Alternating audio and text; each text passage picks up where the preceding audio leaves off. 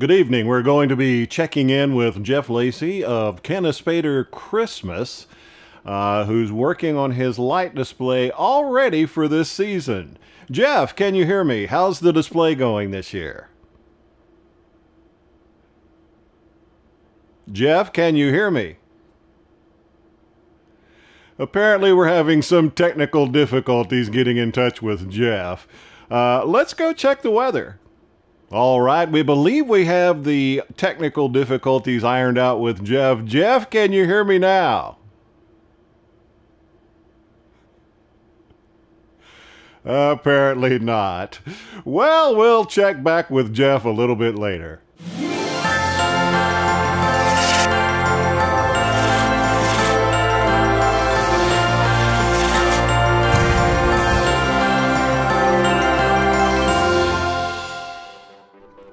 Hi, welcome to Canispater Christmas. Yeah, I've been watching a few work from home news blooper reels on YouTube. All right, if you saw the last video, I worked on this star. See if I can get it over here. This star, created a custom model for the star in xLights, and several of you commented, well, you know, xLights does have a built-in star model. You could have just used that and put 3 rings in, and you know, it would have been a lot easier. I know that, but I was showing you how to make a custom model in xLights, not so much creating the star.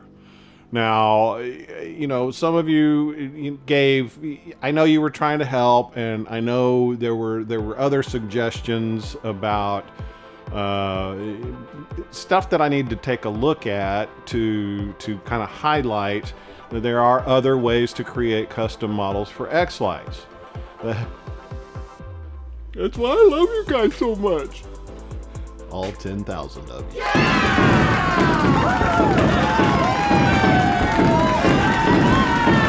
Okay, so there were 2 suggestions that kind of floated up to the top. And so the first one is the website that David Peace has created. David Peace? So he's got a couple of tools, basically. That one is like a Christmas mega tree calculator, but the other one is a custom model generator. And so let me take you through that, creating this star. If you go out to lightshowhub.com, there's a couple of tools here at this website. The Megatree Calculator and Simulator, and the xLights Custom Model Builder. It's a little easier to deal with, a little more feature rich than what is in xLights, and some people, you know, showed this to me. So let's go through that real quick. Now, there is an excellent video on how to use this, so I'm not going to spend a whole lot of time telling you how to use it, but we'll just import our image here and maybe bring the brightness down just a little bit. And I will call it awesome star. And I think we can start going. So let's just start putting the nodes up there. Oh, I guess we don't. Well, yeah, we may need to mess with that a little bit. So anyway, there's some buttons up here, and you just start adding nodes. So you click that. It says auto number, and we're starting with 1.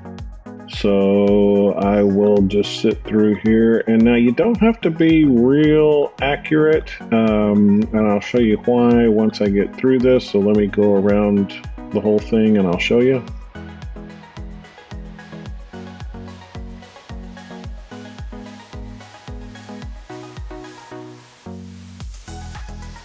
Okay, so the next one is 151. This has 150 nodes in it, so I think we did it correctly. So now, one of the things that I want to do is, let's see, let's make them a little bigger first of all, and then a little more transparent. And then what we can do is with your mouse, now I've got a trackpad, so I'm just 2 fingers back on my trackpad. Your mouse may be different. Now we can make sure we can do the, the OCD thing and go through and actually reposition these things to where, they look a lot better. So I will do that and go through all this and speed up the video.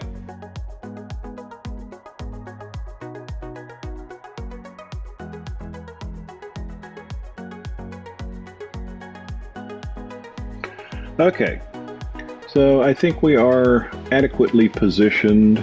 So I'm going to export this, hit export, hit save, and what is this? So you need to either log in with your Facebook account or with your Google account. I will choose Google.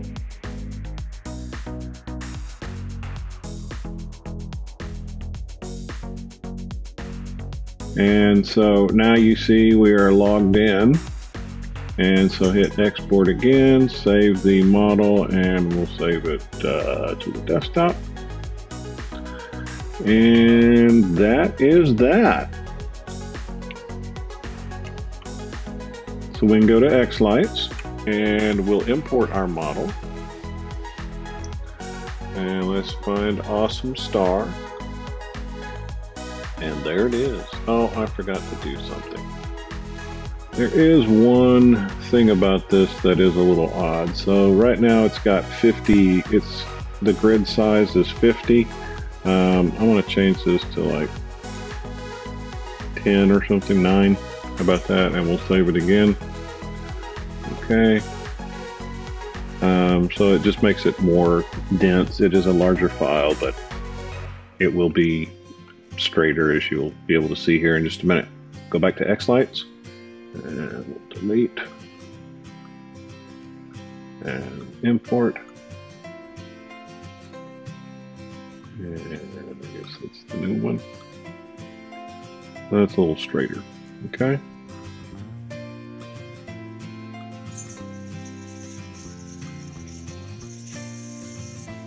So that is our star. So if we look at the first one, so there's the first one, 1, 2, 3, 4, 5. We go around 3 times, okay. And then this wiring view, is it the same? I hope it is. 1, 2, 3, yep, looks like it is, okay. So those are wired the same. This was done directly in xLights. This one is done with David's tool. I kind of like it. So that's a really cool tool. I do like the way that works. If something you want to, there's still a lot of clicking. And so there is one more alternative. So Keith has in xLights, you can create one from a video. So you take a video of the prop, you run a test pattern, I'll show you all that. It basically creates the model for you. So let's take a look at that version. All right, so this is the star that I created manually last time. And I'm going to the Tools menu and I'm going to Generate Custom Model. And so we see this dialog here that comes up, and there are some instructions there. Basically, I've got nodes. I've got 150 nodes and everything is connected, so I can just run this capture pattern, and now it says please prepare to video the bottle. Press OK when you're ready to start. So I press OK.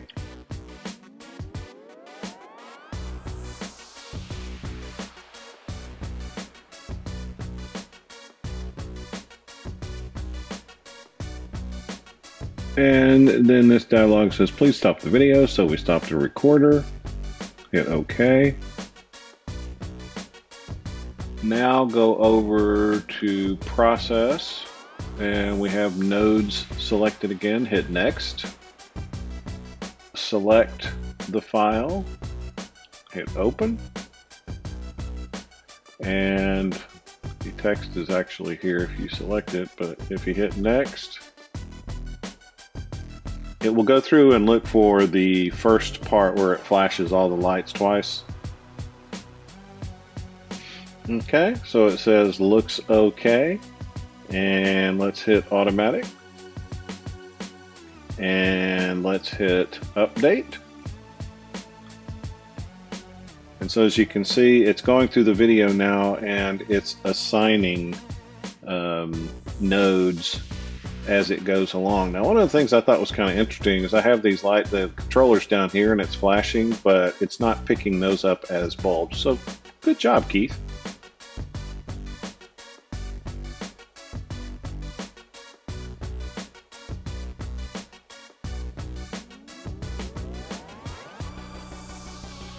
All of the lights identified should have red circles on them, and so I will hit next.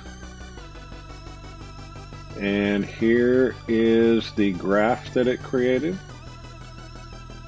or the model. We'll hit save, and I will call this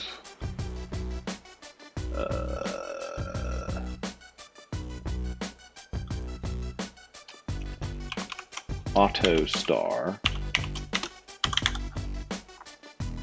I'll save it. And we're done, so we can close this dialog out. Now, let's bring this into xLights. So if I import and create that, grab our Auto Star model, hit open.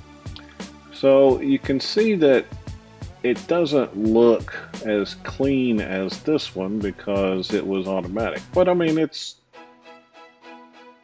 fine. It'll work fine.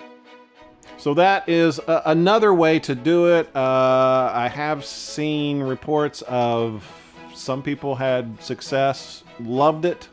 Some people had limited success. So there are some things you need to do to make sure that that version works pretty well. And so Keith mentions it in the video where he talked about it. It was a couple of years ago, so I'll link that video as well, where he talks about all the stuff, you know, that you need to keep in mind. But basically, the first is that if your camera is here looking this way and your prop is here, they need to be perpendicular.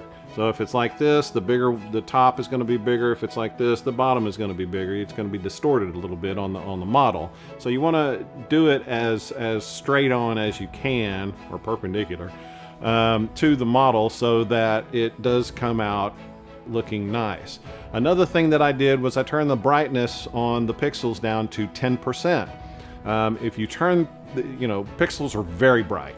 And if you run them at 100%, you're probably going to blow out the camera. The camera just cannot deal with that much light. So turn them all the way down. I used 10% and it worked out well. So if you're not having success with it, maybe that's something that you need to keep in mind. Now, Keith mentions in the video that you need to have or it's better if you have a lot of contrast between the prop itself and the background. Now, as you can see in my video, I didn't, and so I didn't have any problem. Another thing that I saw in Keith's video was that somebody had their prop on the floor and the lights were reflecting off of the carpet. So, if there's any way you can have it to where it's not going to be reflecting off things and you won't have to deal with cleaning that up. He goes through cleaning it up because that was a problem, but if you can not do that, then it will be much more successful. Finally, I shoot everything in 4K. That's why it looks so good. But when I filmed the prop, filmed the test pattern, and tried to do that in xLights, it didn't like that. So I had to resample the video down to 1080p HD, and it worked fine. So don't go crazy with the resolution on your camera. It doesn't need, HD is fine, or probably anything below that is fine too. All right, that's about all that I wanted to cover in this video. As you can see, yes, I still have a large pile of pixels here that I need to get through before Thanksgiving, so a lot of work to do. If you have any questions about either of those methods, I know a little bit about it, but you know, hopefully I can answer your questions. Just leave them below and I will get to them. Other than that, thanks for watching, and I'll see you again soon. Now, I shot an email. So I got 6 of these, and so I got 5 of these when I started relaxing a little bit, and then BAM!